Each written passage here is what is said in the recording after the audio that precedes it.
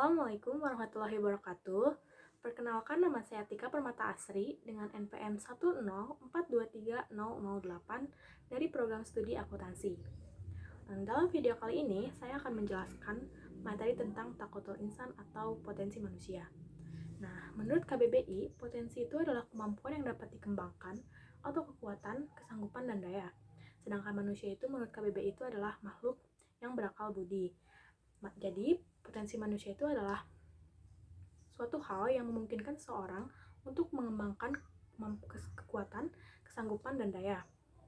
Sedangkan menurut pandangan Islam itu, potensi manusia itu adalah anugerah yang diberikan oleh Allah karena Allah menciptakan manusia itu dalam bentuk yang sangat sempurna dengan kemampuannya.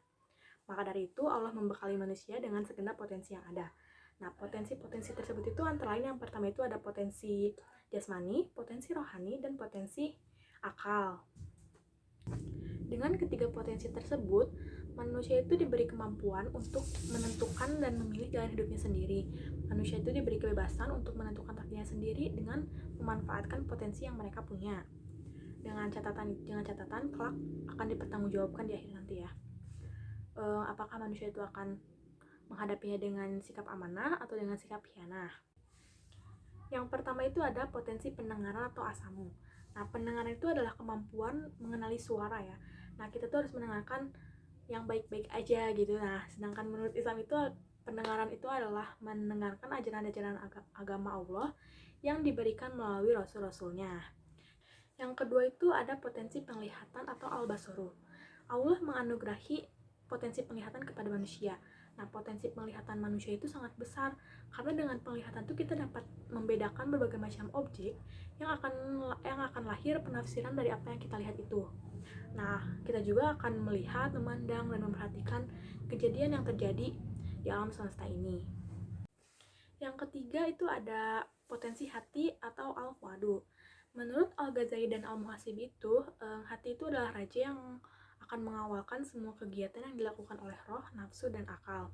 Nah, hati ini tuh akan mengarahkan apakah kita akan melakukan kebaikan atau keburukan juga. Nah, terus Allah juga menganugerahi hati, akal, dan pikiran kepada manusia itu untuk memperhatikan, memikirkan, merenungkan, dan membedakan mana yang baik bagi kita dan tidak baik itu.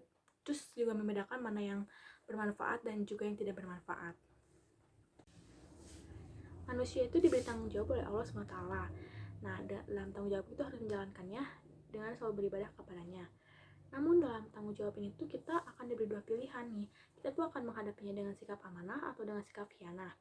Yang pertama itu ada sikap amanah atau al-amanah. Nah, amanah itu kan dapat dipercaya ya artinya. Nah, jadi manusia yang memiliki sikap amanah itu akan diberi suatu kehormatan, yaitu al-khilafah atau kepemimpinan. Namun dalam al-khilafah itu kita harus memperhatikan beberapa hal. Yang pertama itu manusia bukan pemilik yang hakiki. Yang kedua, manusia mengembannya dengan kehendak pihak yang mewakilkan perwakilan kepemimpinan itu. Yang ketiga itu, dalam mengembannya itu manusia harus menuruti peraturan yang sudah ditentukan oleh Allah Subhanahu wa Ta'ala.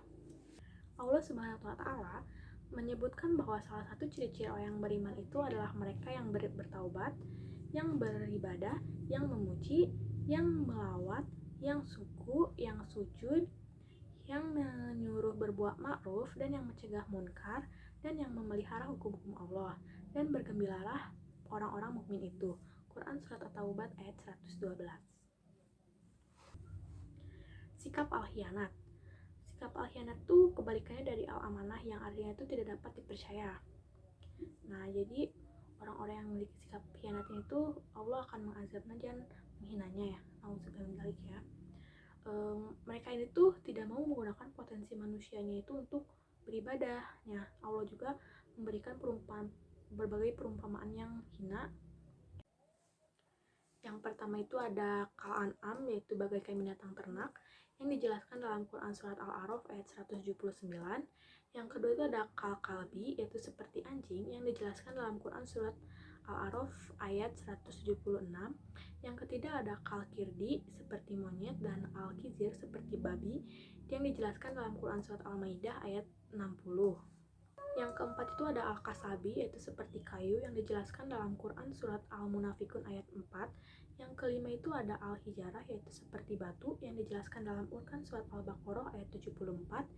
Yang keenam itu ada al-himar, yaitu seperti keledai yang dijelaskan dalam Quran surat Al-Jumu'ah ayat 5. Dan yang terakhir itu ada al-ankabut, yaitu seperti laba-laba yang dijelaskan dalam Quran surat Al-Ankabut ayat 41. Kesimpulannya yaitu kita harus bersyukur dengan semua yang potensi yang Allah berikan ini. Kita juga harus memanfaatkannya itu dengan sebaik mungkin dan menjalankannya itu dengan sikap amanah. Nah, maka Allah akan memuliakan kita di dunia dan di akhirat. Sekian dari saya.